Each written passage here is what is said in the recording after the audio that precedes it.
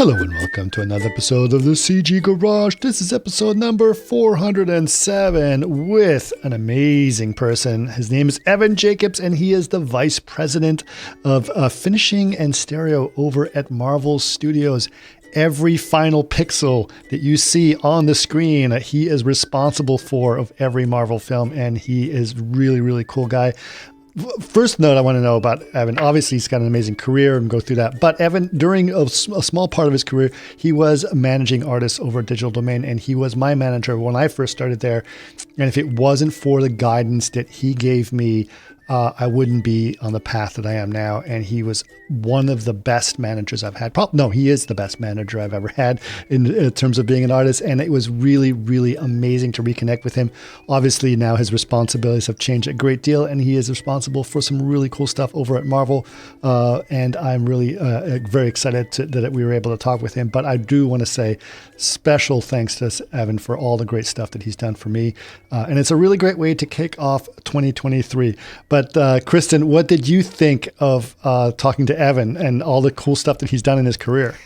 Yeah, I mean, he kind of gives us just all the ins and outs of his career, the highs and lows of working in the industry. It was just so interesting to hear how he started off and kind of just bounced around to so many different VFX places, and then even having his own company for a little, and then he ended up at Marvel, which I guess... he's just worked on so many, like the films, including like Avengers Endgame, Spider-Man, No Way Home, WandaVision, and then Black Panther, Wakanda Forever. I mean, so many good ones. But I think it was how he became the stereographer was when he was traveling, and then he wanted to stay at home more. So then he got the job of working post. So that was just fun to hear about. Just that in general. And then you guys just get into a lot of technical stuff, talk about the use of HDR, and just how things are being filmed now. So it's a really, really good podcast. I love listening to everything he said. Yeah, absolutely. And I think, Evan is really a great guy. He's a really good communicator, and it's really cool to talk to him. And I love the fact that we can go from just talking about the industry in general to like literally talking about bits and bytes and how each of them matter and how those works. Because he really does know all that stuff. And I love the fact that we can talk about everything in those areas. And yes, like I said, he's a great communicator and a real good people person. And that's, I think what allows him to communicate all of the things that need to be done to make a great movie. So really happy that we're able to have him on. Okay, so obviously we're kicking off the new year. We are just getting started for 2023. We don't have much going on in terms of announcements for products just yet, but we do have a couple of events happening at the end of this month. So Kristen, what is going on? Yeah, so on January 23rd, we do have a free webinar, and it is real-time to photoreal with Inkscape and V-Ray for Revit. So check that out. And then again, you can find these out at chaos.com/events. And the second one is January 25th, which is another webinar. And it's tools and techniques to visualize an eco-friendly home. So you can learn how to render an animated virtual tour with Chaos Vantage and V-Ray 6 for SketchUp. So really fun stuff. Good stuff. Go check it out. Again, that is chaos.com/events.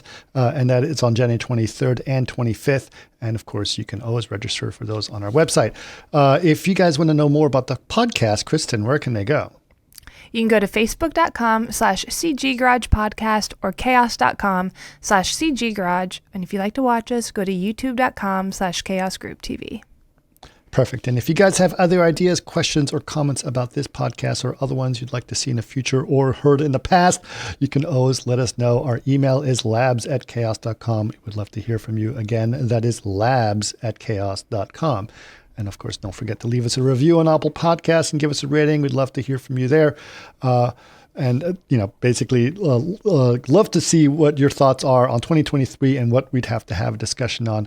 I do want to tell you guys that I have been working hard on trying to figure out some good ways to address a lot of the conversations that's happening around AI. That is a big goal for me to happen early this year. So I'm going to definitely be tackling some of those subjects. I have to be a little bit it takes a little bit of work to figure out the best way to approach those subjects and what to do about it.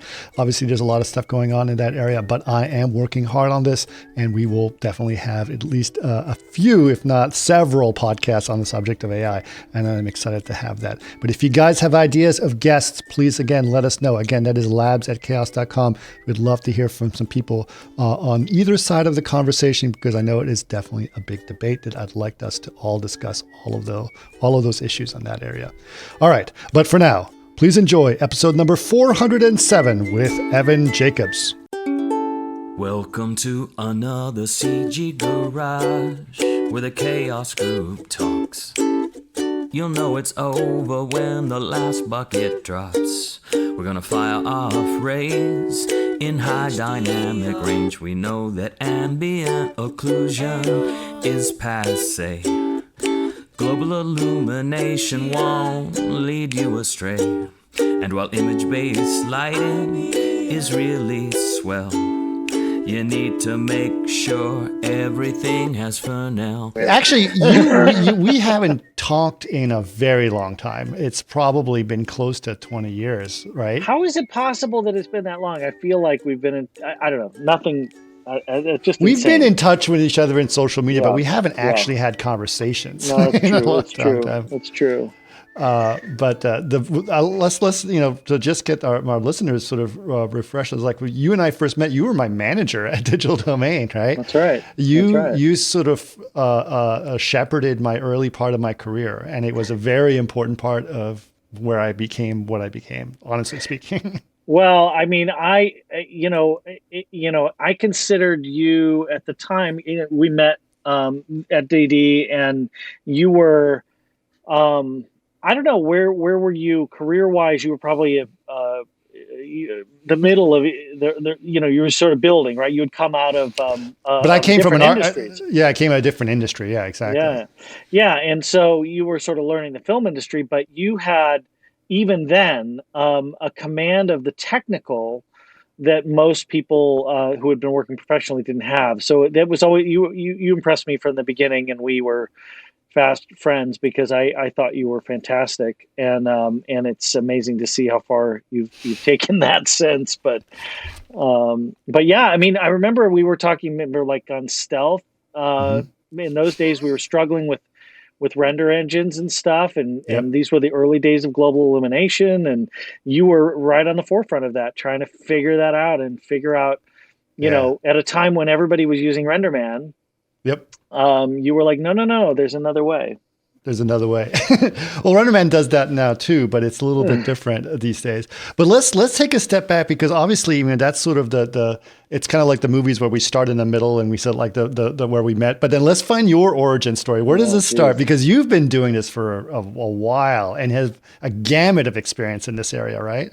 Yeah. Well, so I mean, since I was a kid, I always wanted to be work in the film industry, and I had a particular interest in I guess genre films, so science fiction, fantasy, horror, that sort of thing. And so I was always fascinated by the mechanics of how one does that. And so like a lot of people of my generation, you're just hungry for any information you can get. So that's Cinefex, and there was a magazine called Cinemagic. I don't know if you ever ran across that one, which was like literally how to do like homemade versions of theatrical effects. Wasn't there like a Phantasmagore or something like that as well? That's another one too. Yeah, exactly. All that stuff. And because you just, this is in the pre-YouTube days, and you just didn't have access to very much information about how anybody actually did stuff. And so I went to film school, but when I got out of film school, I was like unqualified to do anything really, like most people seem to be when they come out of film school. And I needed to get a job, and I actually thought, well, maybe I'll I had been involved with in film school, a lot of post-production things, sound editing, editorial was a big piece of the things that I had helped out on other people's projects with and stuff. But I didn't know where to go. Like, there's nowhere to go and apply for these jobs. But visual effects was unique because visual effects, there were like buildings and receptionists, and there were addresses, and there were real places.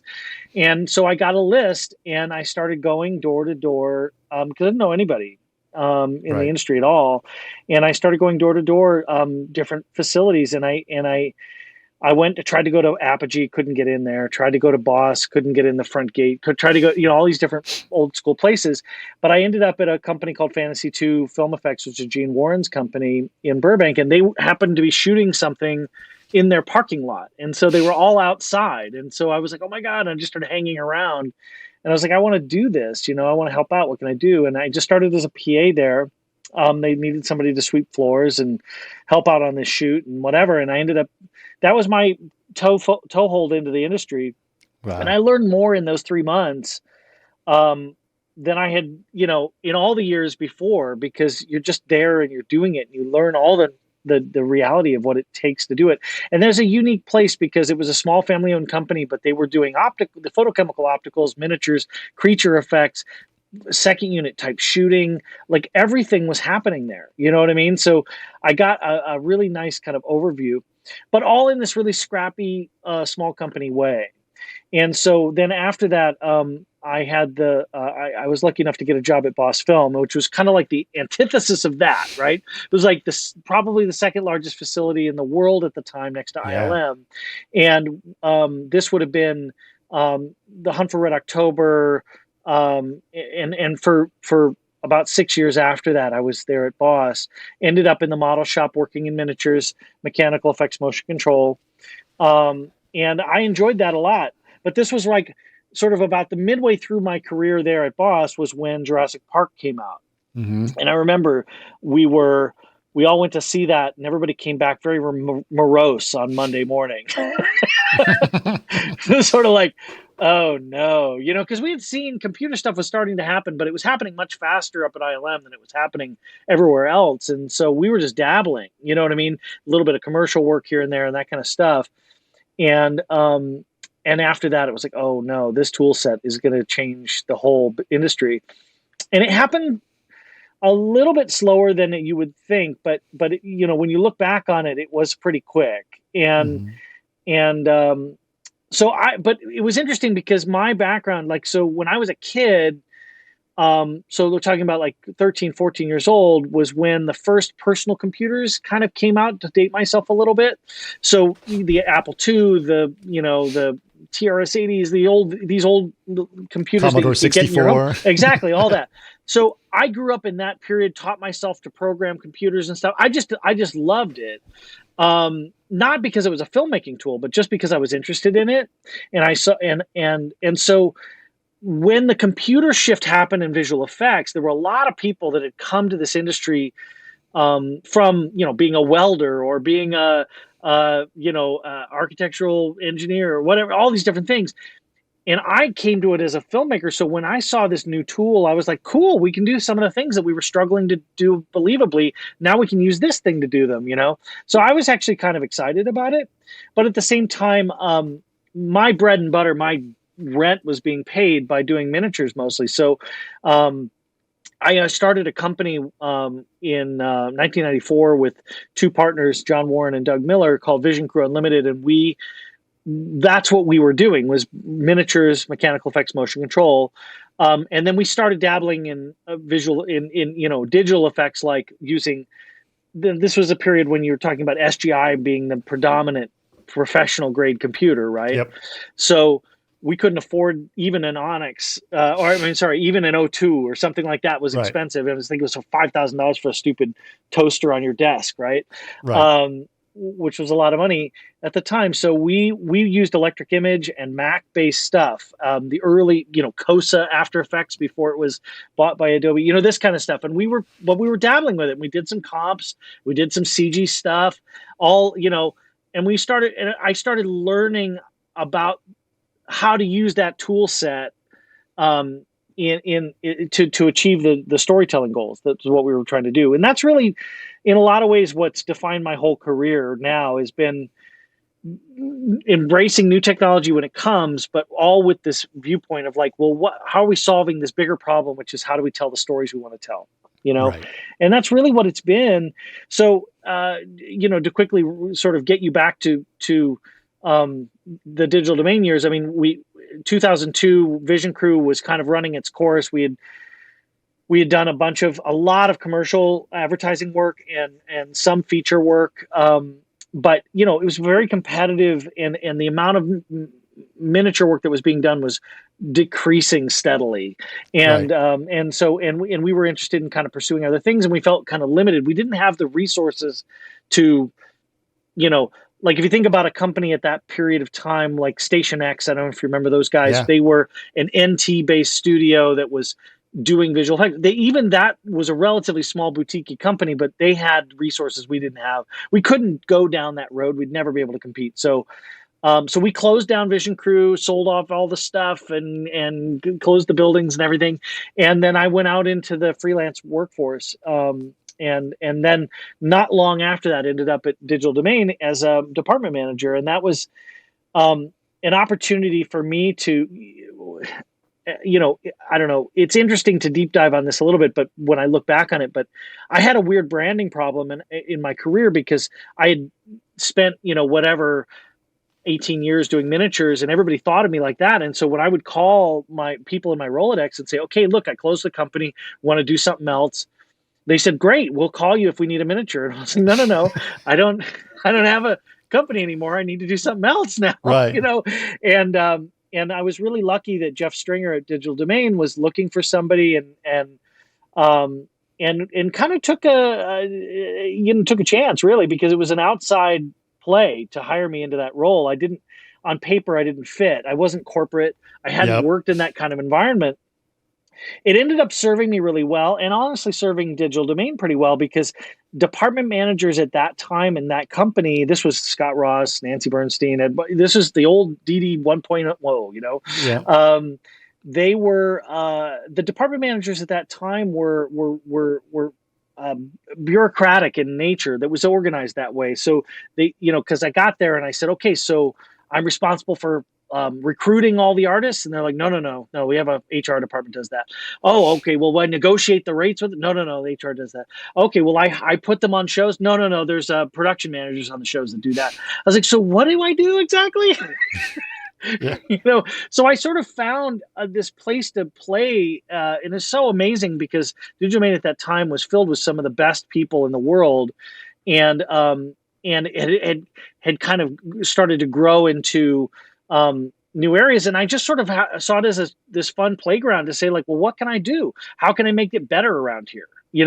Right. And so we started looking at, like, so I became a champion at that time for the artists that were working for me, for sure, but also for process and workflow, and sort of saying, like, wait a minute, why are we doing it this way? And I had this entrepreneurial mindset because I had owned this company that I brought to that job, whereas a lot of people were really just sort of, to say it in a nice enough way, they were kind of just ticking the boxes of doing the day-to-day of it. So that was what I did there, but it was ultimately kind of limiting. So, it wasn't great casting for me in the long run. It was great. I learned a lot there, and I met amazing people like yourself. So I was happy to be there, but I had an opportunity to leave and become a freelance visual effects supervisor, or actually was hired by a company called Mr. X in Toronto. Yeah. And that was where I wanted to be more creative, Mm-hmm. So I was excited to get back to that. Yeah. At the same time, I'm glad you took that break, because if it wasn't for that time there, I wouldn't be where I am now, because I think there was something that you did. You said definitely a lot of the managers there were very bureaucratic. They were just checking boxes about doing things, making sure everyone was in the right seat. But you were looking like, no, well, where does like for me personally, it's like, where does Chris want to be? Chris is right now doing, like, I was in the modeling department. It's okay. He wants to be on iRobot, right? Oh, he wants to be lighting. Okay. And you know what? He does. Yeah. You convince people, no, he has the skills to be a lead on this project, and then you would, like, I remember one point you're like, there's a really cool show coming on Eon Flux. I don't know if you want to be on that. I remember that one. And I was excited about that. And then, it was really kind of nice to have that. I haven't had that, working at all my years in visual effects, I never had that kind of mentorship that was really nice to have. And so I really appreciated that time. And you did, but you also came from knowledge of the actual industry. You did it. Yeah. You knew what it took. Well, that's the thing. I mean, it's nice of you to say, that was what I took pride in that.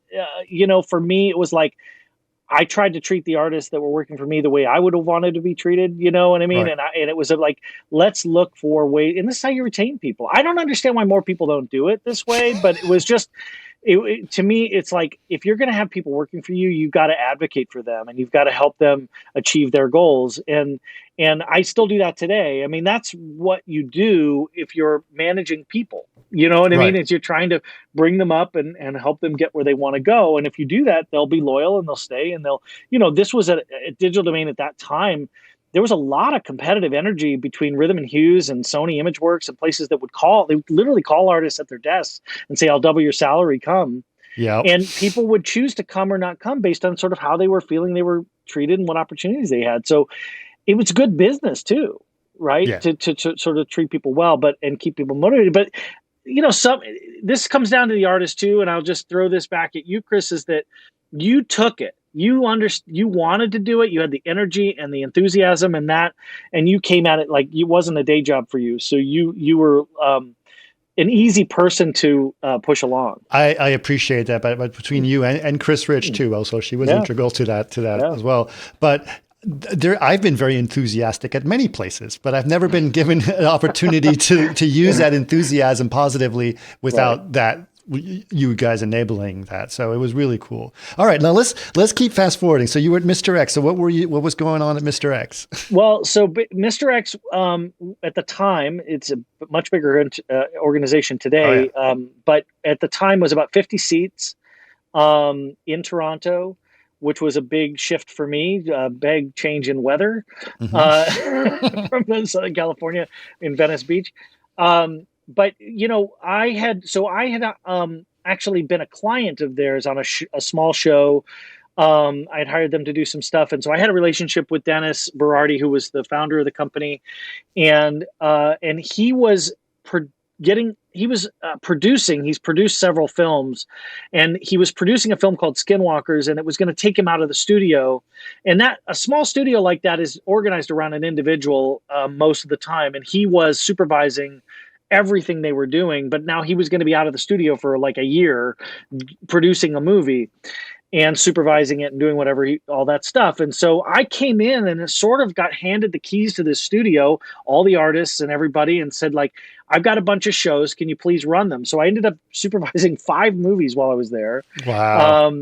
The most complicated of which was Silent Hill. We did a section of Silent Hill, which I don't know if you are familiar with the film, but basically there's a section with like millions of cockroaches. And it was, for a small studio, it was actually pretty technologically challenging at that time to achieve what the filmmakers wanted there. So that was a lot of fun to kind of like figure out how to build that mousetrap in a small environment. And were they a predominantly Houdini studio at the time? Or so we had Maya. Maya was the primary animation tool there. Okay. So, but we had some Houdini. The TDs had some Houdini licenses around, right? So, just a deep dive, because it's this kind of show, and it's a fun bit of history. So we a big crowd of insects at the time was massive, was how you would do it. Right. But that was expensive, and this was not a show that could afford for us to go and buy a bunch of massive licenses and get the massive TDs and all the things. And so we were like, well, we can figure out some other way. So we got a license to some crappy kind of massive light version of some software that was used in video games to do crowds, and basically all it did was sort of randomly move dots around or locators around. And we said, like, okay, great. We'll put a bunch of dots and we'll locate them around and we'll stick roaches to them, and away you go. And then it was like, well, now the roaches they're colliding with each other, and they need to actually, because they're insects, they actually have to crawl up and over each other. So then it became this thing where we started saying, okay, we'll run this sim. We'll take the set survey. We'll unwrap it into a big unwrapped UV space. We'll run the sim on that flat space, right? Because it's not going to be smart enough to go up the walls and whatever. And then we're gonna notice anytime we're gonna put basically circles around these dots, so that anytime a dot gets near another dot, it's got to go up in Z, right? and go up and over the thing. And if there's 2 of them, it's got to go up higher, this kind of thing. And we're going to run this, and this is just a bunch of math, right? And then we're going to basically take that UV, we're going to wrap it back up into 3D coordinates. And now we've got roaches that can walk up walls, over each other, whatever we want to do, right? But to even know whether the sim worked, was like a 15-step thing, right? Because you had to, like do all that. Then you had to render it. But then, of course, we were using like a, it was the, I can't remember now what it was called. Was it Air or something? It was the public domain version of RenderMan, right? So it was like so it wasn't like a buggy and funky, and it was like, you know what I mean? But we had some really good, really, really smart TDs there. And so we figured it out. And so then it was like LODs for dropping down on the geometry so that we could render the things and get the motion. Then we still, with so many roaches and so much geometry, we couldn't render the damn thing. So then we had to slice it up. And then you end up rendering slices with LODs, then taking all those rendered slices and recombining them into a layer, beauty, spec, whatever, all these layers. And then we built a gizmo and nuke that could then reassemble them all and put them in a comp. But we automated all of that. So basically, from the time you had a sim you liked on a flat surface, you basically could hit a button and all that stuff would run overnight in a script. And you'd come in the next morning, and we even had the temp comp. Wow. Every comp was already temped so that the gizmo would load the latest version and render the temp comp that the compositor had prepared so that we could come in and watch dailies in the morning. Wow. And already comped. It was pretty slick for a small studio. Yeah. I mean, all of this seems kind of silly by modern standards today, what people do, but we were a small, scrappy studio trying to figure out how to do it. And we had about and limited RAM and all that other problems. All those things. And so, that was the majority of that show. And then we had other like specific, I remember being haunted by specific shots. Like we had a shot where we had to do soft body tracking. This was at a time when soft body tracking was really problematic. And, oh my God, hundreds of versions of just, it's still sliding on this guy's arm. Like, oh my God, brutal. I don't miss some of that stuff, Yeah.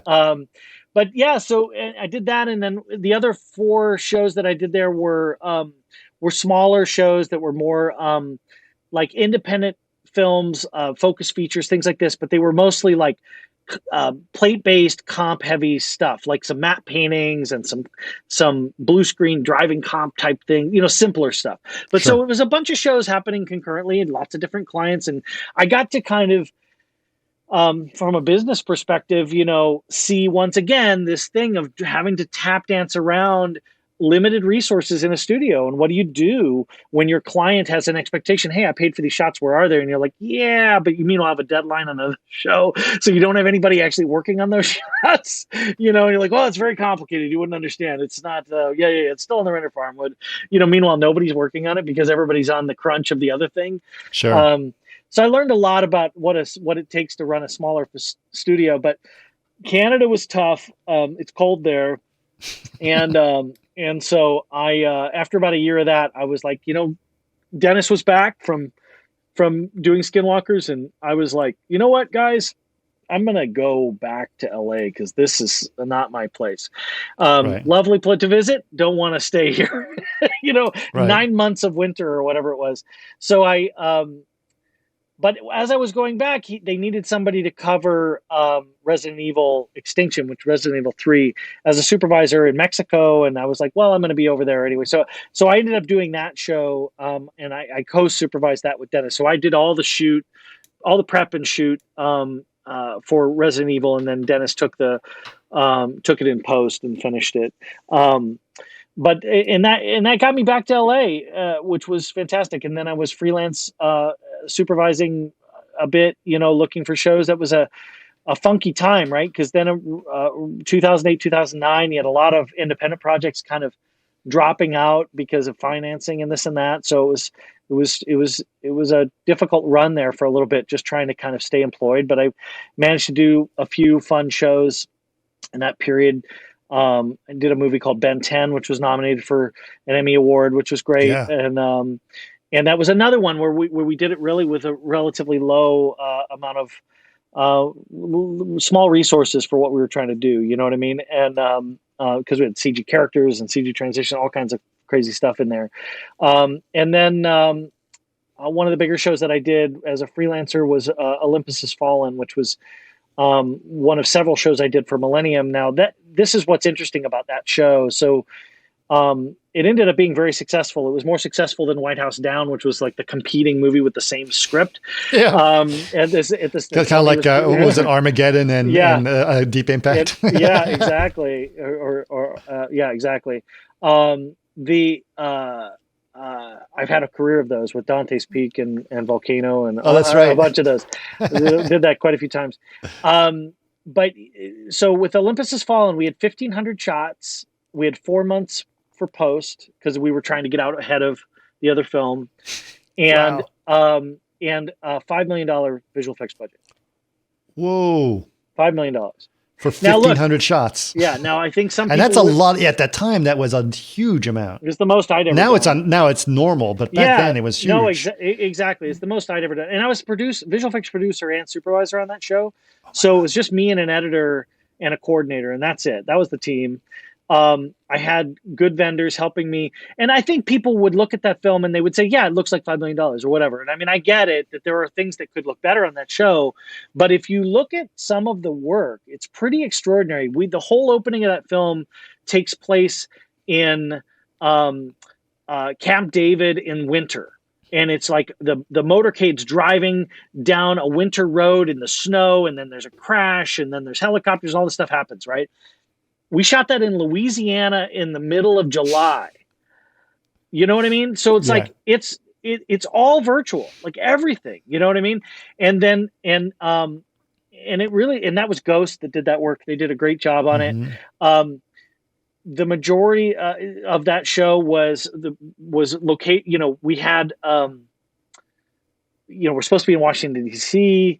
around the White House. We're in Louisiana with nothing, like there's nothing that looks like Washington D.C. in Louisiana in Shreveport at all, and still, it was rough. It's a very tricky show for a lot of reasons, but so I'm proud of the work that we did.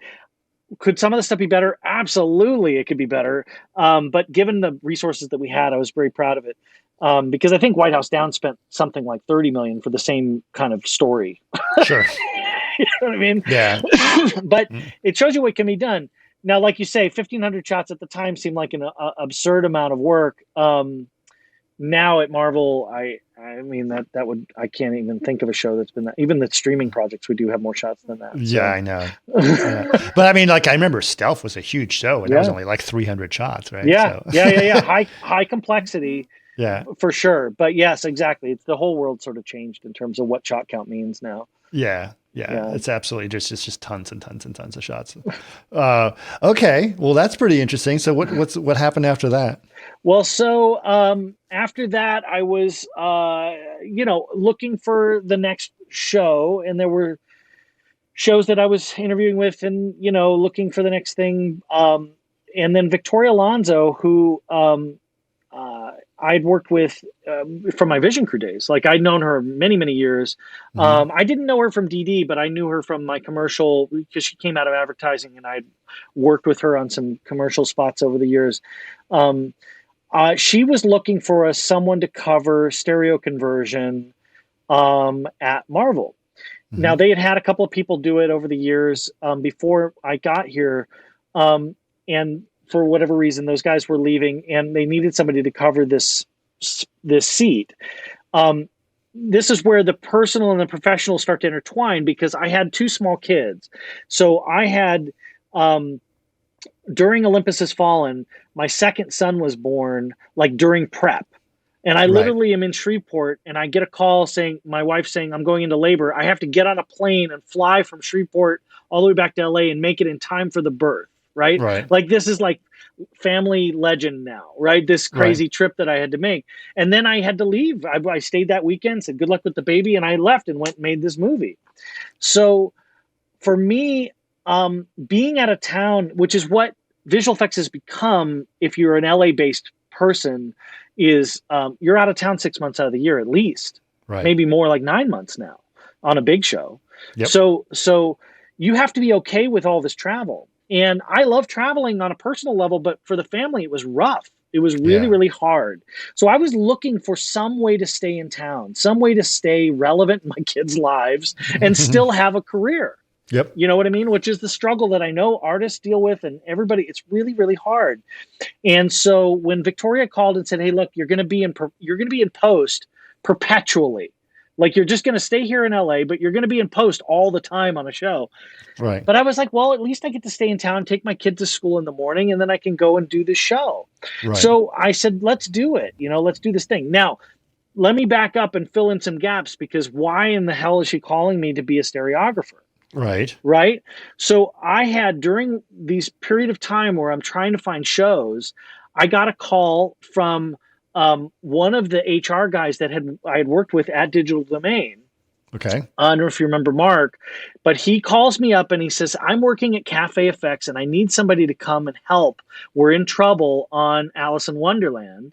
And I don't know if you heard those stories, but it was a challenging show. Yes. And they were under the gun to get these things delivered, and they were doing it in 3D. It was a 3D, so it was 2D acquisition on that show, but then all of the CG assets, everything that was added to a comp was done in 3D. So essentially 2D converting plates and then adding 3D elements to it, right? Right. And this was all at a time when basically there was almost no companies in this business. I mean, N3 was doing it a little bit, Stereo D was just getting going, but Avatar was just kind of cresting the wave, and it was like 3D, everything should be 3D. Alice, you should be 3D.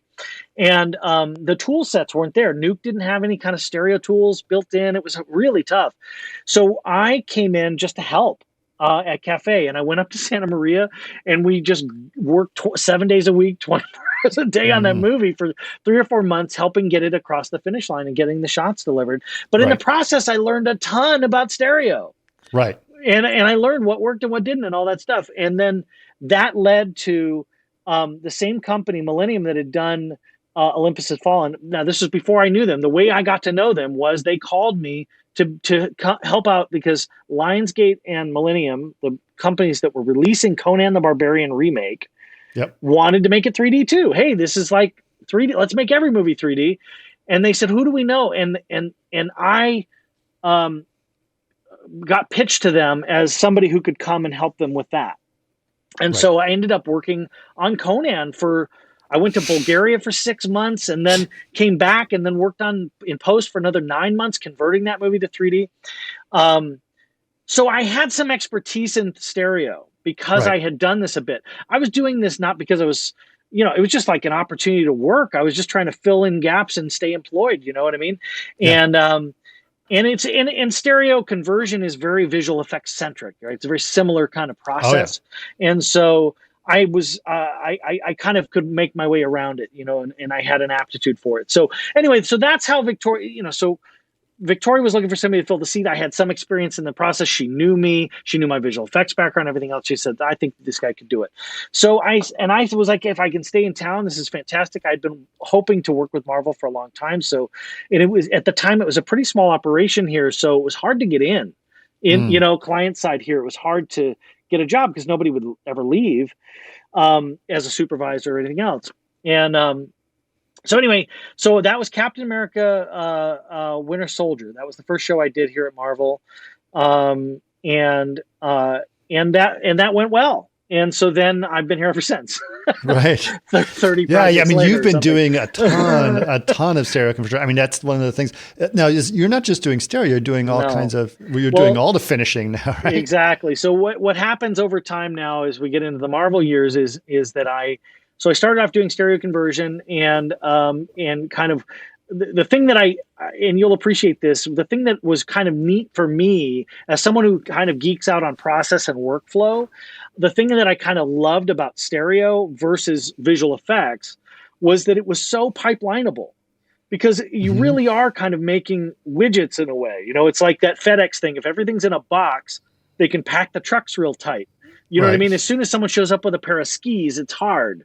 And in visual effects, all you have are the skis, right? It's like it's having to pack everything weird. And so that's why, if you think back to like the days of Rhythm and Hues, when they were doing the Garfield movies and the Babes and stuff like that, there was like 400 shots of talking animals. You could pipeline something like that. Right. But at Digital Domain, you could never pipeline. It was always like, we want something new and unique that's never been done before. And it always required a lot of hand holding and special processes and R&D to figure it out, So stereo is not really like that. Stereo, once you kind of figure out like how to do the different kinds of shots, and once it kind of got to a mature state as an industry, you got so that you knew how to do reflections and you knew how to deal with smoke and you knew how to deal with some of the problematic things that come up in stereo.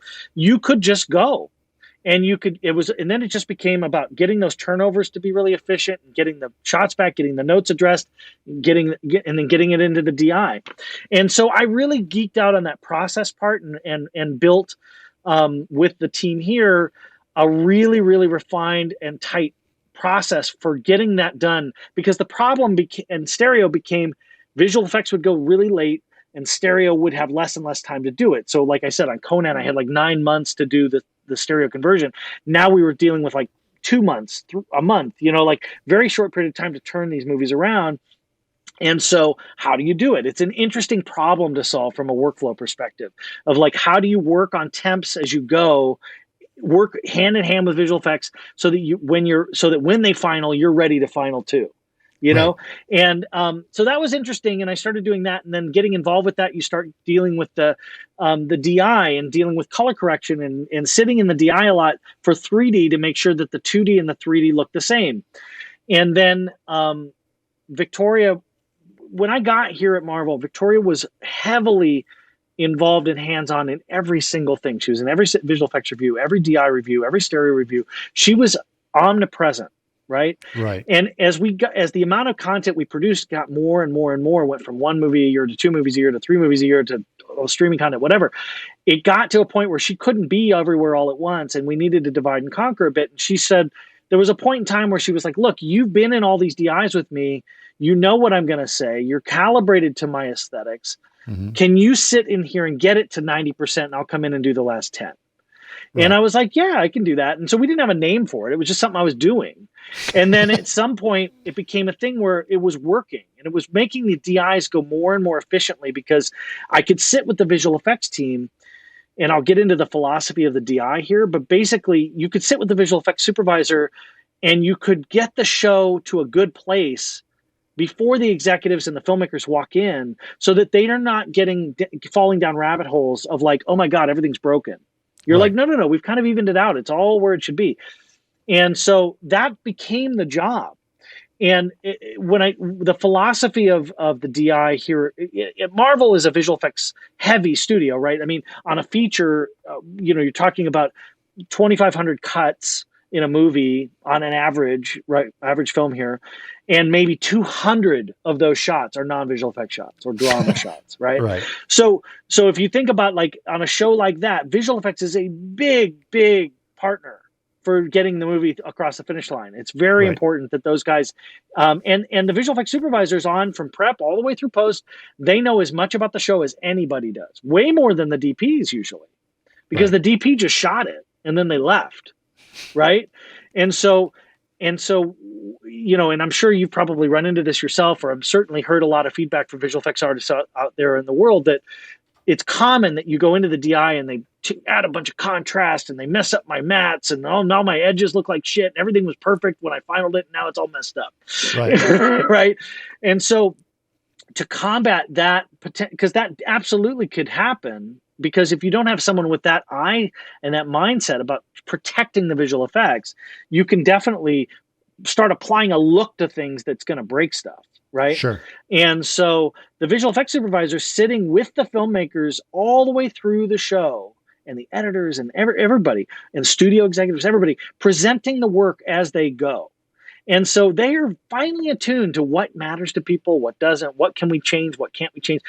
That doesn't mean that the DI doesn't have a purpose, because if you just took the visual effects finals and you strung them together, you would be horrified, right? Because depending on how good the dailies grade was, it's not going to work, right?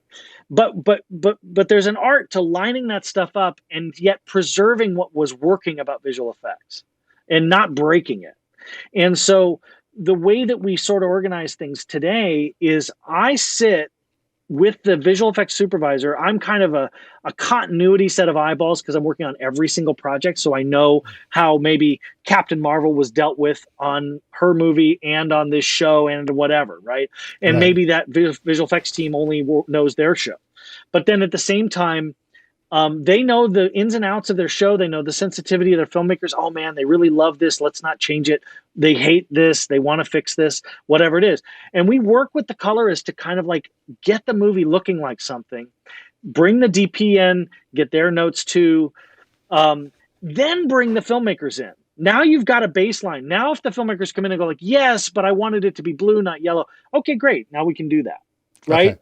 But what was happening before was we'd bring the filmmakers in too early, and then they would just go like, well, this doesn't match. I mean, this is daylight, the sun, and there's hard shadows, and the next shot is overcast, and oh my God, what are we going to do? And you're like, yeah, because you shot in two different places on 2 different days. Like, that's going to happen. We're going to have to figure that out. And now we work that out ahead of time so that by the time we get to presenting the movie, everybody's seeing something that's much closer to what they imagined it would be. Not what it actually would have been if they were just watching dailies, you know? And so it's been an interesting ride, but it's dragged me more and more into the DI and out of stereo. So I still have the stereo team. They still work for me, but I have people that I delegate most of that work to. So they deal with the day-to-day of that and I review it. But I've got a fantastic team of people that do that. So I don't have to sit and watch stereo all day and grind it out shot by shot. I'm sitting in the DI more and making sure that that the movie's landing, and the role became not just that prep bit was sort of prepping the DI, that early part, but also there are press junkets and demands on the filmmaker's time that start to come in on our films because we finish kind of late. We end up in a point where the filmmakers need to leave. And so you want to have somebody they can trust to sit in the seat and make sure that the other versions of the movie, the high dynamic range version, the Dolby Cinema version, the whatever, all these other versions represent the creative intent that they set when they were in the room. So it doesn't start sliding away. And so that became my role, was like, you could hand me the football and I could carry it the rest of the way, you know?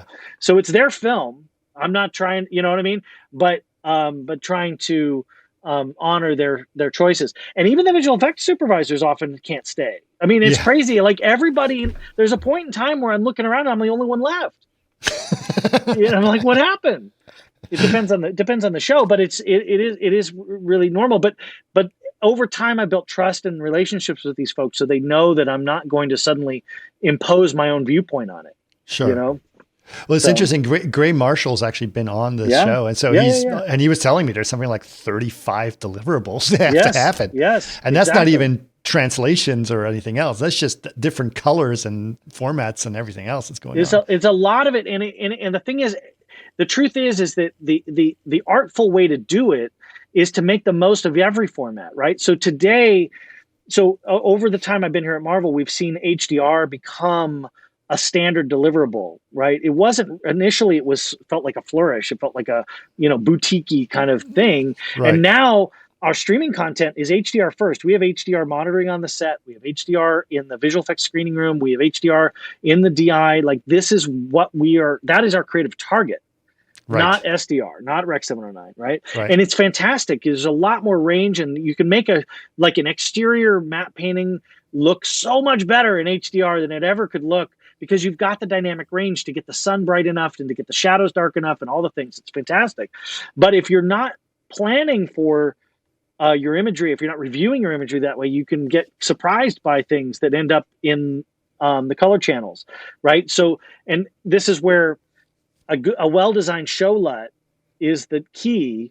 And a lot of people don't understand the color science. I was not an expert on color science when I started here. I never really had to deal with it at that level. You know what I mean? Sure. And if you think back to film shows, it was much more straightforward in the sense that it were just a film lookup table. And that's what, you know what I mean? It was much more normal.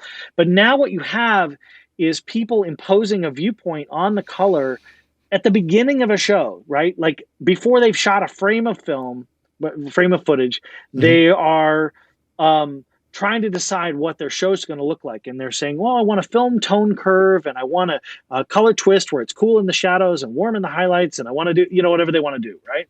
And they design that into this LUT that then, in theory, gets imposed on every single thing that you produce. But then in our films, if you go into, say, outer space, suddenly you have yellow stars and they don't look good.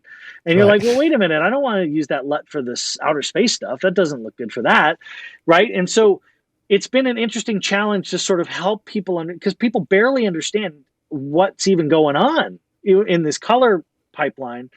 And so between CDLs and the LUT and then the DI, it's like there's a bunch of variables and they don't really know where the creativity's happening, and you don't want your dailies to look like news footage, but at the same time, if you start imposing something really aggressive, like a really aggressive color twist on your show LUT, what ends up happening is the visual effects team then starts getting notes. And this is, I've seen it over and over again, where you start getting notes that are like, well, that should be red though. That thing is red. That should be red. And you're like, well, this happened. I mean, I'll just give you an example. This happened on Doctor Strange 2, which we just finished. And we got into the DI and we're looking at the reds of Wanda's magic. And it's red. It's supposed to be red. And the director, Sam Raimi, is like literally like putting a laser pointer on the screen and saying, it should be as red as this laser pointer. That's what I want. The show LUT that had been designed and had been rolled out to every vendor and everybody was working underneath would not allow red to hit 100. You couldn't get there. It was rolling off in a funky way and twisting to orange. And so you couldn't get, because that's like a film look, right? You couldn't get that red to look right. And so we ultimately had to adjust the show LUT in the middle of the DI and change it. To allow red to come in. And luckily for us, the visual effects teams on that show were reviewing their stuff in a way that allowed us to do that without breaking things. The Wu just, what we call her magic, just popped into red. And we were just like, there you go. Just changing the LUT. But we were trying to do it by in the DI at first, we were trying to do it by keying it and twisting, oh my God, it was breaking everything. And just changing that color science made the difference. But so what I always sort of tell people on a personal level, every DP I talk to, is like trying to go for as neutral a color spectrum as you can in terms of the color treatment on the LUT, and let the tone curve do some of that film look work, so that you have a toe and a shoulder that maybe feels filmic, but you don't have color twists, too many aggressive color twists built in. Because we had a show where the director really wanted everything to look purple, but we couldn't get to purple through the LUT very easily. So then the visual effects team start pushing lots of purple in to get a little purple out the other side of the LUT, right? Right. Start overwhelming the LUT with color to get a little trickle out the other side. Then you take the LUT off because the LUT's breaking other things. Suddenly you've got wackadoodle values in these pixels. And you're like, no, so it's a very interesting thing. It works. The LUT stuff works very well on photographic stuff that was captured in the camera. When you get into CG, you can break things if you don't know what you're up to. So the more neutral you can make it, or if you're not going to change your mind and you can make it as representative as possible, that's the other philosophy. But at Marvel, we change our mind a lot. So it's, it's the way we do it. Yeah. For sure. I do want to go back a little bit because I do want to ask you a little bit about stereo stuff. I know the finishing stuff is amazing.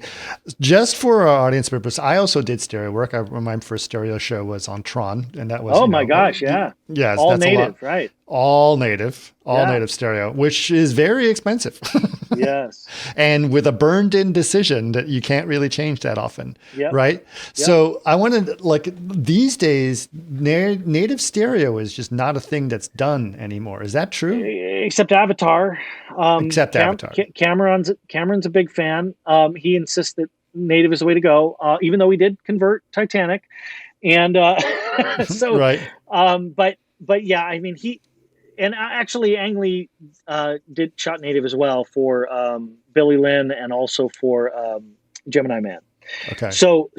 But here's my pitch for conversion, and conversion's definitely won the battle in the public, but because of the cost and all the things. But there are limitations in native imagery that make it very difficult from a storytelling perspective, because you have to, if you want to make decisions, bold choices for stereo, and then you rearrange your stereo in your cut, those bold choices now make it really hard for your eyeballs to track. Sure. Right. So if you go deep, shallow, deep, shallow, deep, shallow in terms of interocular, it becomes very headache inducing. Sure. Whereas in a conversion environment, you can tune your stereo to the cut, because now you have a cut. You're dealing with it as a process at the end, and you can you don't have to make those decisions as you go. Now, having said that, and what we do here at Marvel is a hybrid. So if it's, obviously we leverage visual effects elements to the extent that we can get them. So there's a lot of opportunities for visual, like stereo rendered elements in a 2D background. Sure. That we do that sort of thing a lot. So that you get all the cool jazz of a rendered stereo right eye, left eye, but with a converted main plate, right? Sure. Because if you think about shooting, like even Alice in Wonderland was shot flat. If they had shot it in stereo with a stereo rig, you're just looking at a blue screen. Like you're not getting most of the imagery. Most of the imagery, so really all they did was extract the characters, convert them. Everything else was rendered in stereo. Right. And so like Weta's been an amazing partner for us at Marvel over the years, and they have a really strong, because of their relationship between Peter Jackson and the Avatar movies and whatever, they know how to render stereo really well. Their pipeline's built for it. So we approach them all the time about, they're all CG shots or they're predominantly CG shots, and we have them render those. Because so you still have them render stereo stuff for you. You don't convert that. Yeah, well, we do, but it's both, right? So it just depends. It depends on the shot and what it needs. But like in Black Panther, we have rendered shots that came out of Weta that are amazing. So it just depends on the show. Now, we can't do every single shot. The vendors are struggling to finish the 2D. So getting that 3D finished in time is a challenge. But if we get to them early and we say, this is a big moment, we want to make sure this. So Infinity War is a great example. We have the wizard battle, the Thanos and Doctor Strange battle in Infinity War. That's all rendered. That whole battle is rendered 3D, and it looks freaking amazing. But we were able to tune the cameras shot to shot in the cut, work with their stereography team to get it to match into our style, get everything to look right. And it looks so cool. And they did an amazing job on it. And it's like one of those pieces that I love. And we converted very little of that scene because we got to it early, and they set up the comps that way. So it was like ready to go. Right. But sometimes you can't do that. And certainly some vendors, like I remember with ImageWorks, it was interesting because when we approached ImageWorks about doing this, they were like, ooh, we kind of got rid of most of our stereo equipment. We don't have any way we could render it, but we don't have any way to look at it. Yeah. I was like, oh no, and the expertise slowly sort of dissipates. That's actually interesting. I was going to ask you about that. Obviously, I mean, Marvel is still, makes all their films in stereo and stuff. Yeah. So there is a market for it still, obviously, right? And that market is not necessarily in the United States, right? Where is the market? Where is that interest in stereo work? So it's very interesting. So like places you wouldn't necessarily expect. Brazil, we sell 80% of the tickets are 3D tickets in Brazil. Really? Yeah, and then obviously China, when we do China releases, like 95% of the tickets are 3D tickets in China. But there are a few other territories like that. And then inexplicably, like South Korea, it's like 2%. Like they don't like 3D in South Korea for some reason. It's very odd.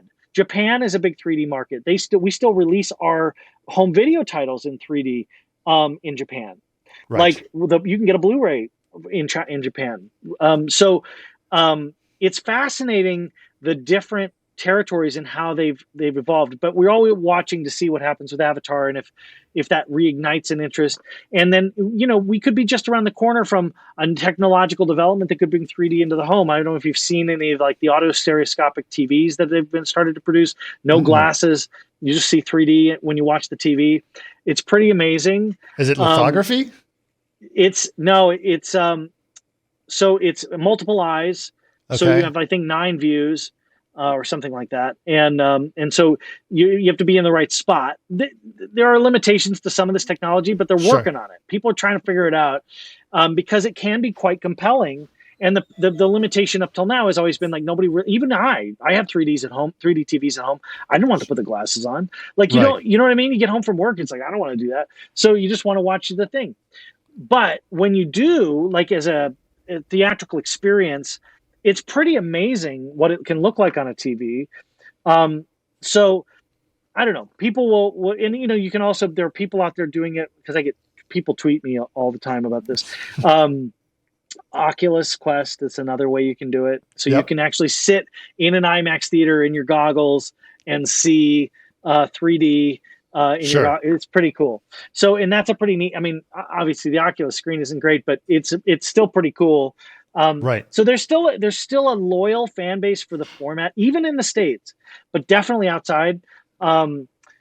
It's just smaller than it used to be. It's not as mainstream as it was. Right. But I mean, I think Avatar 2, I think that they're like almost all of the screens are going to be 3D screens. Yeah. Well, I think Cameron has a lot of sway in that.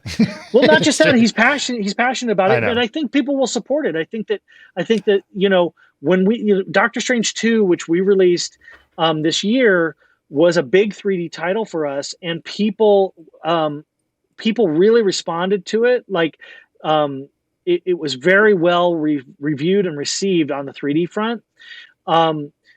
And we had buy-in from the filmmakers. They wanted to do it. So Sam Raimi's in there with us, designing the scenes, saying, go bigger, go deeper, go crazy. You know what I mean? And Doctor Strange 1 was the same way. It was all about like the magical mystery tour in 3D is you've got to see this. So there's a heritage there that worked for that. And also he's shooting wide lenses, long takes. Like it's perfect for the format, right? Yes. So we get handed the film we get handed, and sometimes it fits the format better than others. We do our best with it, but that film fit the format beautifully, so we were able to go crazy with it. We had a lot of fun. Yeah, yeah, that's interesting. I mean, I think it's fascinating. I mean, obviously, I still think there's something interesting about the fact that we have two eyes and we should look at things with two eyes. But I think that also, Marvel has there's a lot of Marvel films out there, and it's interesting to hear about you trying to make that a consistent look and the way that it works. It's really kind of fascinating. How that is. I mean, have you enjoyed it? I mean, it sounds fascinating. You spent a lot of time in a screening room, I'm sure. Yeah, I've learned so much since I've been here, and I think that's how you stay young, right? Is you just keep learning new stuff. And I know you do this too. Is sort of like you're not just like, well, I know everything I need to know. I'm just going to do it now. You know what I mean? You're always looking at like, what's the next technological advancement? What's the next cool way to do something? Sure. And so between, like I say, there's the creative piece of like, how can we tell a better story? How can we immerse the audience more? If you think about the kind of films that we're making here at Marvel, they're events. You know what I mean? Sure. You get the sitter and you buy the pop, whatever, or you bring the kids and you get the popcorn and you sit there and you have. So we're supporting all kinds of formats. We have ScreenX, which is a 270-degree screen thing. Wow. We're doing 4DX, which is movable hydraulic seats with wind and spray and all kinds of stuff. And you can see the movie all kinds of different ways. Dolby Cinema, IMAX is an amazing partner for us. We lean into these different formats because we're like, give people an event and something fun. Sure. That's not going to be appropriate for every movie. Sure. Absolutely. But for what we're trying to do, I'm like, let's make it as cool as we can make it. And maybe people will go see it in a few different formats and see which one they like better. Like that's good. It's good for everybody. But always with this underpinning of like, it's like this physician's oath. I call it the stereographer's oath or whatever, like do no harm first. Right. Mm-hmm. So never take people out of the movie with the gimmick. Right. So it's got to support it. So there are times where we'll shallow up the stereo just because that moment doesn't need it. You know what I mean? And we'll say like, I don't want to take people out on this moment and have them looking around the room. I want them looking at their eyes, whatever. So, and because we have a cut, we can make those calls and the filmmakers can be involved in those decisions and stuff. It's been a lot of fun for me to kind of, just explore, and we're in this kind of like crazy explosion, not just of content, but also of the tool set we have to play with. So HDR has been a crazy journey to figure out how to do it. When we first started the road of doing HDR, it was so hard. We were just like, oh my God, this looks terrible. Like, what are we going to do? And we figured it out to the point that now I'm really proud of the HDR films that we're putting out. I went back and remastered all of the content, like everything from Iron Man 1 on. I remastered all the films. Wow. So I got to do that. So that was like a really fun project. I love HDR stuff. It's so... Yeah. It's so cool, but I've seen bad ones too. Yeah, you know what I mean. So, it's like, and right now there's a real appetite for dark imagery, like very dark, subdued, flat imagery without a lot of contrast, and you can achieve that in HDR, but it can be tricky because you can go too far. And you can depends on the TV that people have or whatever you're looking at. You've lost everything. No, exactly. And so you've got to figure out how to protect the storytelling for all the theaters. And that goes back to the stereo stuff, because not every theater has a bright bulb and all the things. And so, you have to engineer your content so that it'll play on a lot of screens. Yeah. And these are all the things you think about. I actually live in Burbank, so I'm next to the theater that's got the laser projection. Yeah.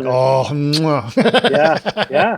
That's just the deepest colors. It's wonderful. It's absolutely incredible. wonderful. And we do a special pass for that version. I mean, that's a special grade. Yeah. Yeah. Absolutely.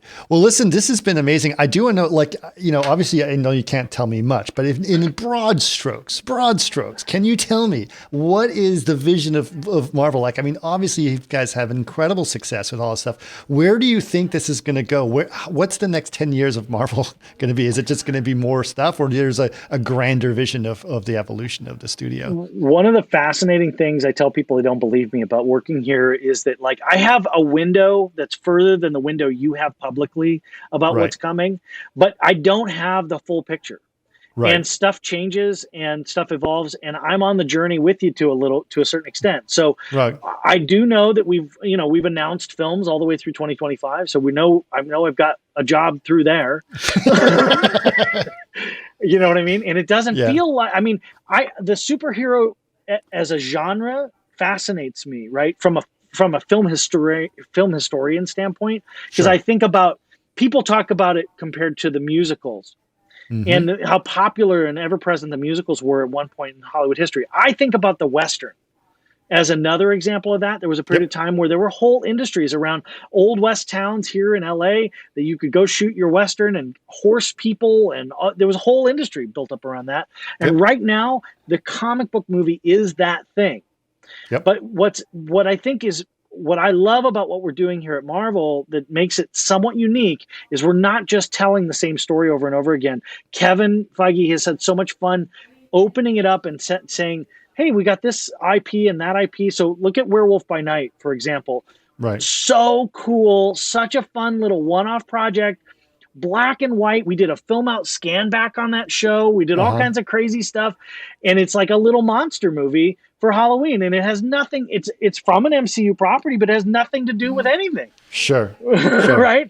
And it's just like, how incredible that we can make these things. And so it doesn't just have to be everything leading to an Avengers movie to be cool. You can make a buddy movie. You can make a comedy. Taika can make a movie that's, and it's funny because the fans are on the ride, and it's so weird and different, like everything that's coming, and they can't make sense of it.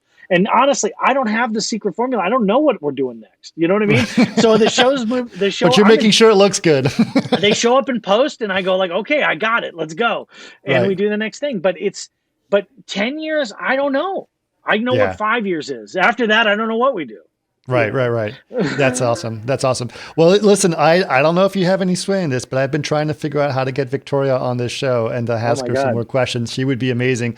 Yeah. And especially because of her background, and she's got an incredible, important history in computer graphics and the influence that she's had. So it'd be amazing if you ever talk to her, tell her, say, hey, no, I would love to. I'll definitely tell her. Yeah. Yeah. Awesome. Well, listen, it's been an hour. You've shared some incredible stories. I think we can learn so much from everything you've done. And Evan, it's been awesome seeing you. Maybe one day we'll get together again. And just have some lunch.